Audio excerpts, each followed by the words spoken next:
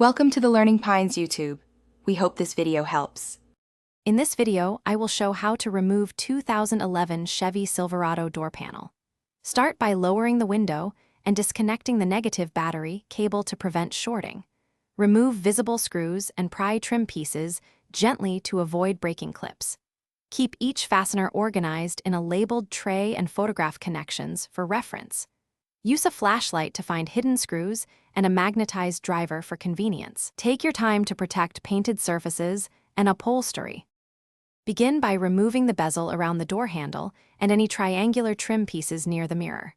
Unscrew mounting screws at the armrest, door pull, and lower edge, keeping each type separate.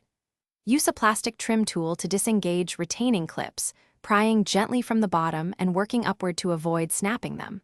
When panel movement increases, lift the panel slightly to clear the belt molding and set the panel on a padded surface to protect it. If this guide is helping you, please subscribe and like for more vehicle tutorials. Quick recommendation: the Shark AI Ultra Robot Vacuum makes cleaning up workshop dust effortless with voice control and smart mapping, so you can focus on repairs, not crumbs. It even handles carpet edges and under furniture, saving time after a greasy job. Check the description for the link and other deals. Then now let's get back to the video. With the panel free from clips, support its weight and reach behind to locate electrical connectors.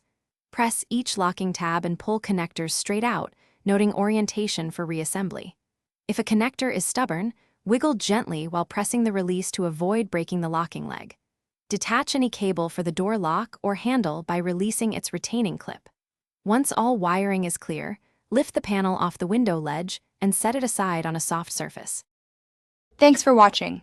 Consider subscribing if we helped you.